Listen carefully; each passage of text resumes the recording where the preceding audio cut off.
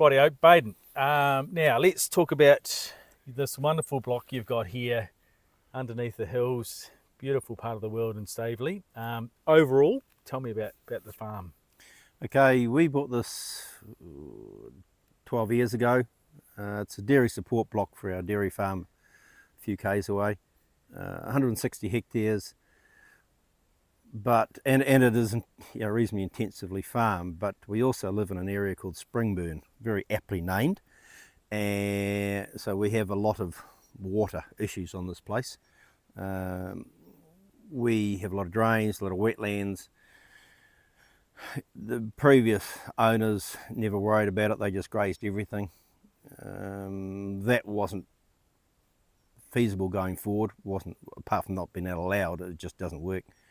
So we've decided, right, okay, we'll fence off all our wetlands, all our drains, and over the period of the last 10 years just been worked away, and I've planted quite a few thousand plants myself and my family, and we've just put it all back and trying to, dare I say it, trying to do the job right. Yep.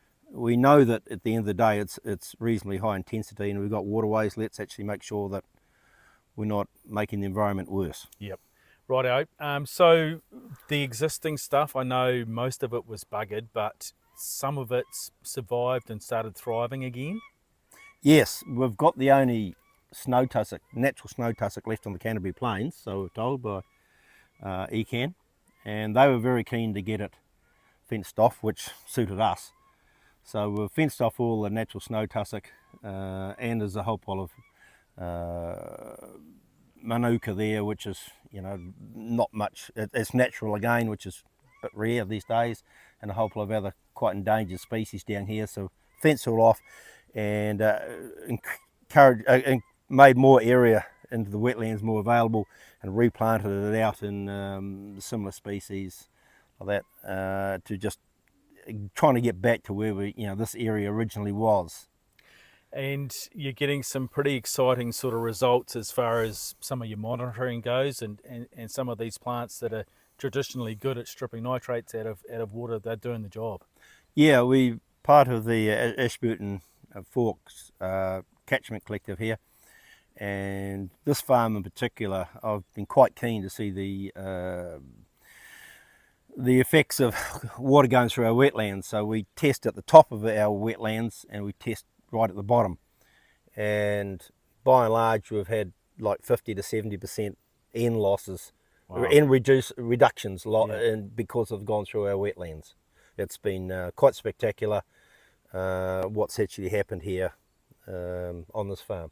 So now you've got some taller natives now, so you're starting to plant underneath those. Is it just a matter of just chipping away when you can for you? I'm semi-retired, unlike my son thinks I'm fully retired, but anyway, I'm semi-retired, so I have a bit of time to come and do that. And yeah, now we've got things like our ribbon woods and other things like that up and running.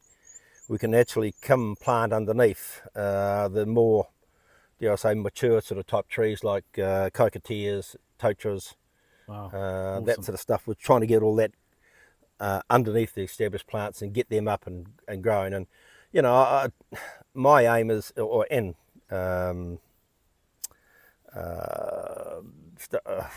beech trees. Yep. But the aim of the game here is to sort of get it back to probably what it was, 100 years ago. And there's no reason, given us a reasonable amount of time span and everything else, we can get there. Yep. This is only the first step in a long journey, It's kind of cool standing beside, you've got some feed here, then you pan sort of to your right and you see all these wonderful natives. You see the fantails buzzing around in the trees. You must get a kick out of this. Yeah, and this is my 5th farm. I've bought and sold a few, and this is the one that I've really enjoyed the most out of, because I've developed a lot of land, and even this place I've developed land in it in the right places, but now I've taken the wrong stuff out of production, mm-hmm. and put it back into land where it always should have been. And I get a great sense of achievement out of it, Yeah. and pride that, we're trying to do the right thing. The dairy farms as a industry get a pretty hard time, and I don't think a lot of people appreciate that we actually do. Most of us, not all of us, but most of us certainly put stuff back into our environment because that environment is what looks after us and, dare I say, makes our income. Yep, brilliant. Right, how would you like this hunk of land to look in 10 years' time? What's sort of the goals? We've still got a little bit more fencing off to do. Fencing off as in re-fencing stuff to make sure it's really stockproof. The aim of the game here is to, from now on, we're not probably putting more area in because we're probably taking out all the area that needs to be taken out. It's ongoing, as in just more planting in the areas, getting the more established trees. We've got things like our cabbage trees, our flaxes, all that sort of stuff's up and running, and it's just getting all the other major stuff.